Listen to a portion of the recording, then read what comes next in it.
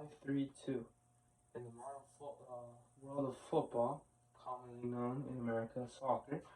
But the explanation for this, you have a whiteboard here. We're placing the 3-5-2 or 5-3-2 here on the board. So generally, this 5-3-2 mostly works for defensive teams or those that just want to go offensive but with a defensive work rate. For example, these are the defensive-minded players, in which for these you could place the two wing backs, which are the left back and the right back, to go up and down the flanks. Basically, they work as your wingers. For example, a 4-3-3 has two wingers and two wing backs, but the wingers are in charge to play make within the middle, as the wing backs are required to go up and down between the flanks. So in this case, only the wing backs get to take charge of their job because eventually there's no other winger. There's only two strikers which can work as offensive work rates, waiting for the ball to be crossed by the wing backs. The three center backs in the middle, generally in a 5-3-2, as I said, is mostly played as a defensive formation. But in this case, you could play and bring the defense up depending on the situation you're on or whether your opposition is basically counterattacking you. But I would suggest to leave these three in the back. As long as you have a threesome in the back holding and conquering, basically building itself a wall that can't be unbreakable. The only issue is your wingbacks will be very, very, very open, but your flanks will be open. But eventually, your wingbacks have to have good stamina, or you must require a backup. Because if you don't have a backup, these players might get easily tired, and you have no one else to replace them with. But then, these three can either spread out, because another addition, we go up to the midfield. This middle midfielder can go down. He can be a central blockage for the opposition from the attack. He can be basically a defensive midfielder, but he can stand in front of the midfield in order to prevent the opposition to reach the three defenders in the back. Or you can make him as a defender, basically a defensive midfielder. For example, if you know Barcelona from Spain, De Jong is a defensive midfielder, but he could also play as a center back. So, for example, De Jong could play here, but he could also play in the back, as we could place two defenders to play on the flanks, and we have two center backs. We have a four in the back that easily, while having two wing backs still playing on top. But the probability is that they're going to come back down, so you won't require this defensive midfielder. But at all times, he must be in front of the midfield or the defense, just in case the opposition can counterattack and the defense needs help within the flanks. That way they can spread out to the wings, and eventually the defensive midfielder takes the job along with one of the center backs to stay in the back and centralize and blockade all attacks the opposition has. About the goalkeeper, just leave him there.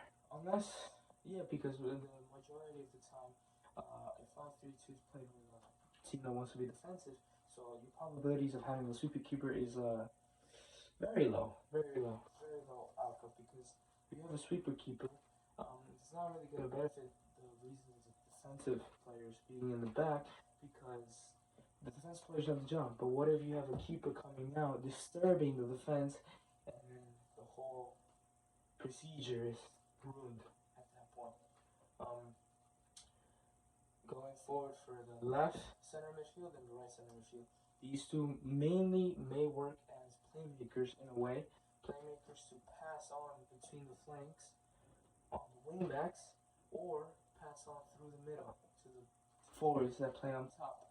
But one of the forwards, I believe, can be in charge as a finisher in the way that he only awaits for the ball. This could be, for example, if Portugal is to play a 5-3-2, they can put Ronaldo here as he's a finisher. He's a striker who awaits at the top of the field, has barely any doing with the play or any work with the play up top, and he just awaits for any headers, for any tap-ins, or any shots from any distance. This striker works as a false 9, like a 4-3-3, but with a false 9. This works as a center forward. His job is to mainly play around with the two midfielders in the center and the two wingbacks.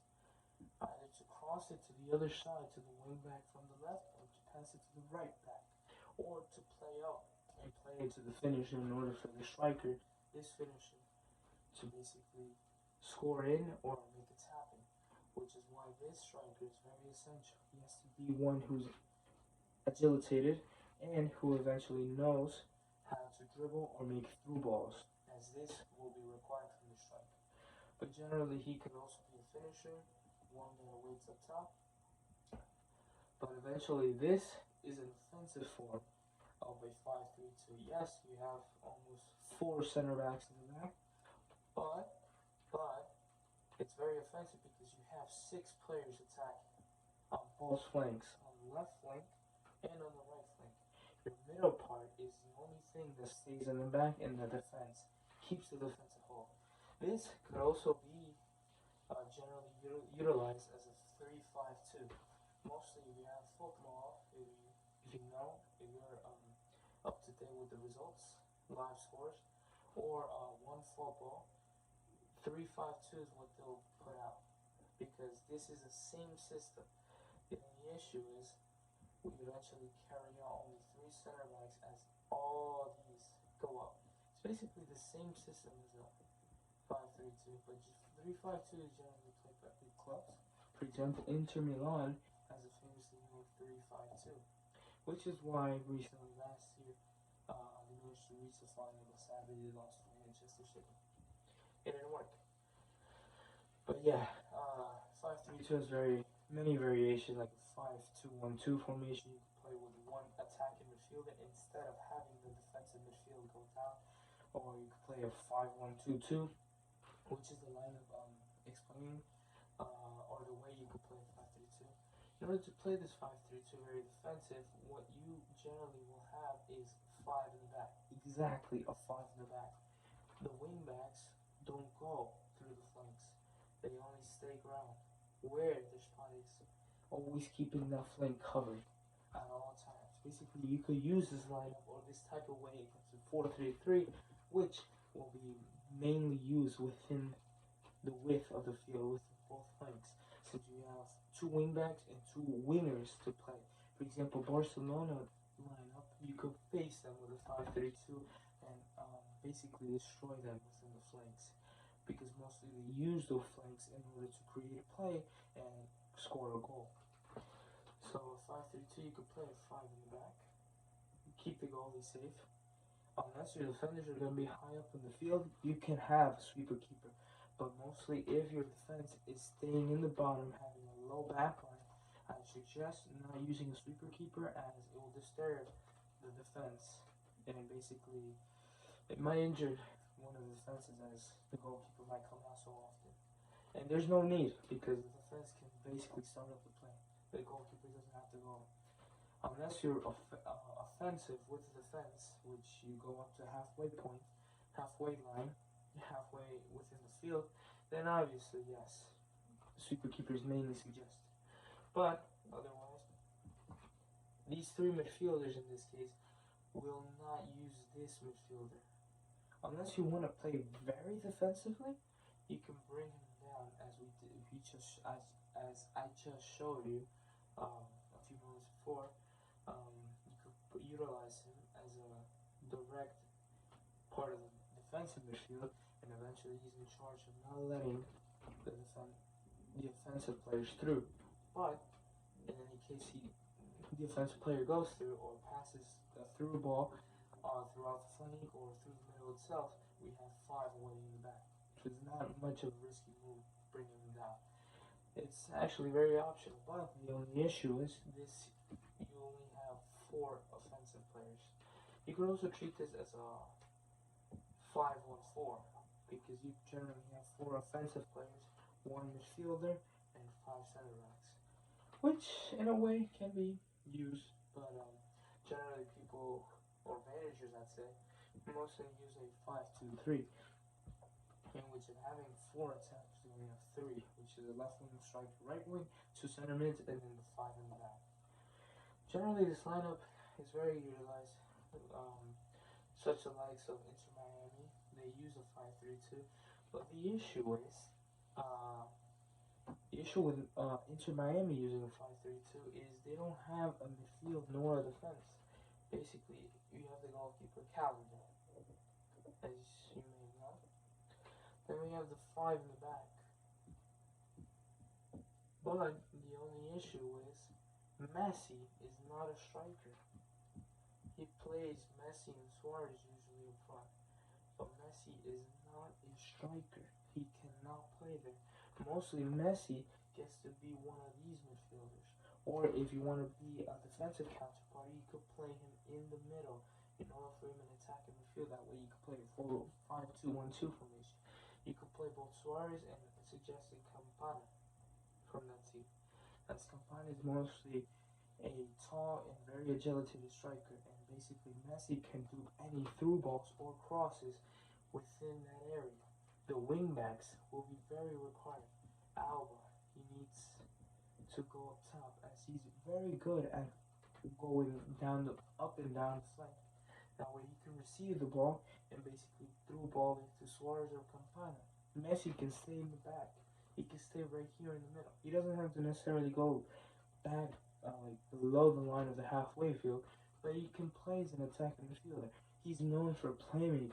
Yes, he's scored a lot of goals throughout his career, but he's basically known for playmaking, not scoring goals on his own or being a finisher or waiting for the ball up top.